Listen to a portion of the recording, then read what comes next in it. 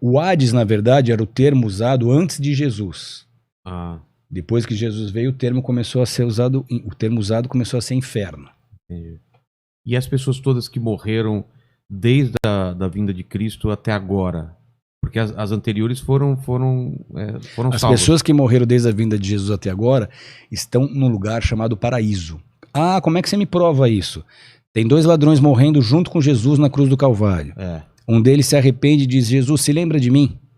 Se lembra de mim quando você chegar no seu reino? Qual que é a resposta de Jesus? Amanhã mesmo, Ainda hoje, Ainda hoje. estarás comigo no reino do céu. paraíso. No paraíso, ele fala? No paraíso. Ainda hoje estarás comigo no paraíso. Algumas pessoas dizem que a alma vai estar num estado de sono, porque Paulo usou um termo para não falar morte, ele falou os que dormem. Para não falar os que morreram, ele falou os que Entendi. dormem. Mas esse foi só um termo, um eufemismo para diminuir o impacto da palavra morte. Mas não significa que quem morreu agora está dormindo, num estado de sono. Mas, segundo Jesus, naquele mesmo momento da morte da pessoa na terra, essa pessoa vai ser destinada ao lugar onde ele está. Ele falou: na casa do meu pai há muitas moradas. Se não fosse assim, eu não vou teria dito. Eu vou para preparar lugar para vocês. Quando vocês chegarem lá, vocês vão ter morada, vocês vão ter onde estar, a gente vai morar junto. Então, quem morre na terra crendo em Jesus já é recebido por ele automaticamente. Agora, e quem crê não crendo em Jesus? É, então. Essa vai ser uma experiência terrível que a maioria só vai descobrir quando acontecer. Porque ali não vai ter Jesus esperando essas vidas. Ali vão estar demônios que vão estar prontos para torturar essas almas, para levar essas almas para o inferno, para escravizar essas almas, para condenar essas almas. E, infelizmente, esse é um fato. Jesus falou muito sobre isso, toda a Bíblia alerta muito sobre isso. Por isso que ele diz: creia. Eu vim salvar vocês, creiam. Por isso que os pregadores pregam, tentam ensinar, tentam convencer as pessoas.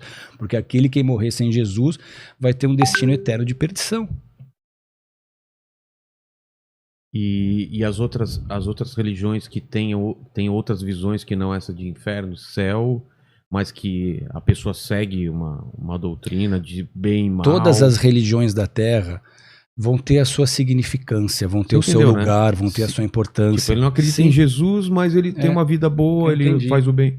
O que você acha? Todas as religiões vão ter o seu lugar, vão ter a sua importância, vão ter o seu impacto. O budismo tem princípios incríveis.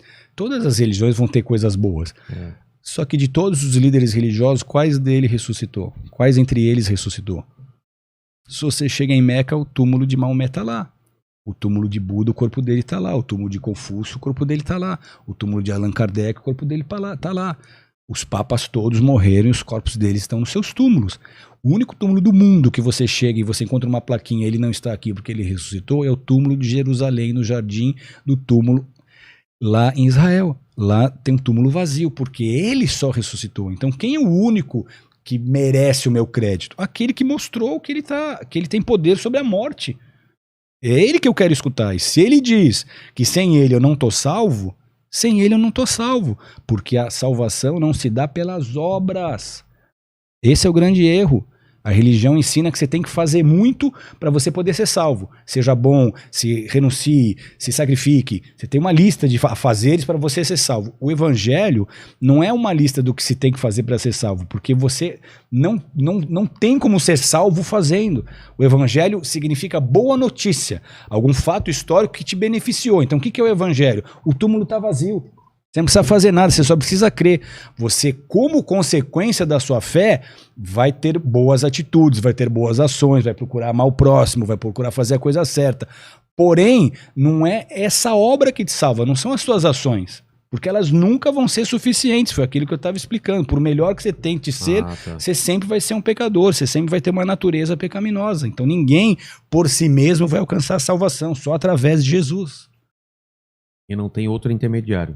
Não tem outra coisa que, como a Igreja Católica, acredita em santo, que acredita em... Os santos todos existiram, são seres humanos, ok? Agora, o que eles podem fazer por você? Inspirar. As histórias deles podem te inspirar, mas eles atendem as tuas orações? Não. São estátuas feitas por mãos de homens. Isso que eu queria perguntar. Veio aqui o Spook, né? E várias pessoas já falaram para mim que acreditam em espíritos. Gente morta que se comunica com a gente. isso são pessoas mortas, são demônios, são espíritos? Segundo as escrituras, Hebreus 9:27, ao homem é dado morrer uma só vez, depois disso o juízo, ou seja, não tem espírito vagueando, vadiando por aí. Vagando, esperando algum julgamento, alguma vagando, vadiando, não tem. Então esse destino ele já é revelado a quem faz essa transição logo que a transição acontece. Porém, demônios, sabendo da fragilidade humana, muitas vezes vão se fazer de pessoas que você já perdeu para você crer na doutrina dele. E como? Então ele sabe o que aconteceu, ele conhece a história do seu avô, então ele vem e fala, pô, meu neto, aconteceu assim, assim, assim, você tá fragilizado, tá quebrantado, pô, meu avô falou comigo. Mas como se a Bíblia diz que depois dessa vida que a pessoa tem na Terra, ela já vai conhecer o seu destino? Mas isso acontecia desde a época de Jesus, já tinham pessoas desde a época de Saul, né? Desde as religiões luciferianas antes do dilúvio. Por que você acha que Deus mandou um dilúvio? Porque desde a queda de Adão, o homem começou a se relacionar com demônios. Você tem lá em Gênesis o registro de anjos se relacionando com mulheres e gerando uma raça. Que são os Nefilins. Os Nefilins. Então você tem todo um contexto antes de dilúvio, pré-dilúvio, em que o homem começou a se abrir para se relacionar com demônios, a se abrir para se relacionar com Lúcifer. Então, quando Deus manda o dilúvio, ele provocou um reset na humanidade. Vou começar de novo, aperto um botão aqui e vou começar com Noé. Os Nefilins Só que a vieram quarta antes ou depois? Vieram antes. Então, aparentemente, tudo estava resolvido. Por que eles são chamados também de gigantes? Porque eles eram gigantes. Eles tinham uma estatura maior. Eles tinham uma estatura maior, eles tinham um organismo diferente do organismo humano. Era um sincretismo de DNA. Meio anjo, meio humano. Exatamente. Então, você tem, na quarta geração pós-Noé, o Nimrod, que é descendente de Cão. Você tem Sem, Jafé e Cão, filhos de Noé. Tá. Cão teve Cush e o neto de Cush é Nimrod. O que Nimrod fez? Nimrod começou a ressuscitar os cultos pré-diluvianos. Nimrod construiu os zigurates, ele começou a se relacionar com demônios de novo. Nimrod construiu a Torre de Babel para ter independência de Deus. A Torre de Babel foi depois do dilúvio. Foi depois do dilúvio? Foi depois do dilúvio. Foi aí que Deus confundiu as línguas. Então, você vê essa tentativa de Satanás comandar o mundo, afastando a humanidade do seu Criador, desde lá. Isso não é uma coisa de agora.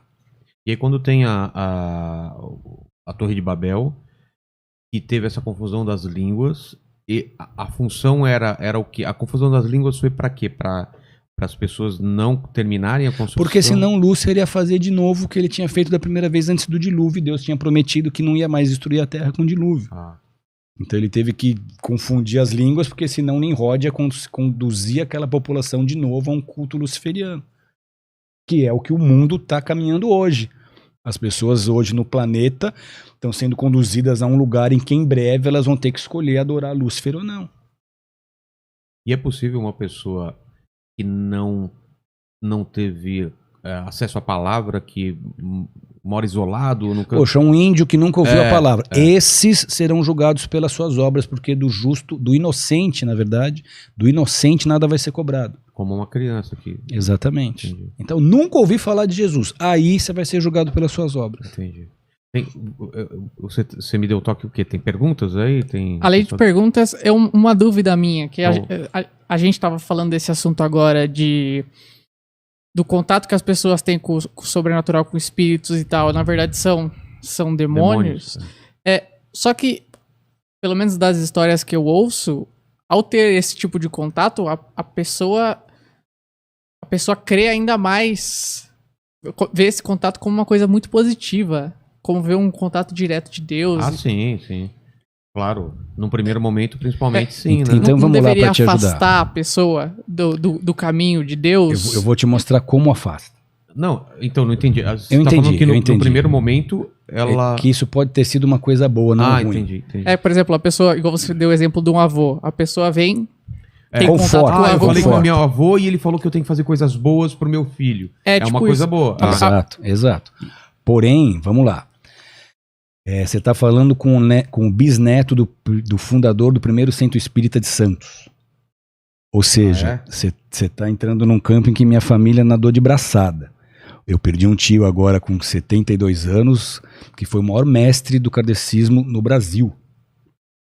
Então, tudo que eu vou te falar aqui é com base nas escrituras sagradas, não é a minha opinião pessoal.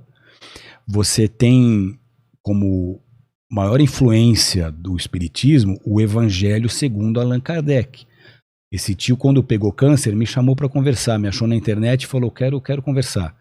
Falei, me conta a tua experiência espiritual. Ele contou como que o meu bisavô recebia as entidades, falava com as entidades, depois isso passou para uma tia, quando ele tinha 8 anos, a tia botou a mão nos ombros dele e disse, você foi escolhido para levar o legado, e como ele corria o Brasil ensinando o espiritismo como um mestre. O que eu tenho de livro cristão, ele tinha de livro espírita na prateleira. Só que ele olhou nos meus olhos e disse assim, eu tô com câncer, eu sei que eu vou morrer e eu tô com medo.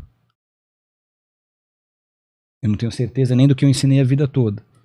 Eu falei, tio, sabe qual é a diferença entre a gente?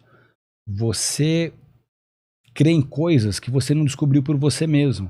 Tudo que você acredita e ensina, você aprendeu de Kardec. Só que Kardec era um homem como você. E se Kardec errou? Você vai botar todas as suas fichas na interpretação que outro ser humano como você fez dos evangelhos?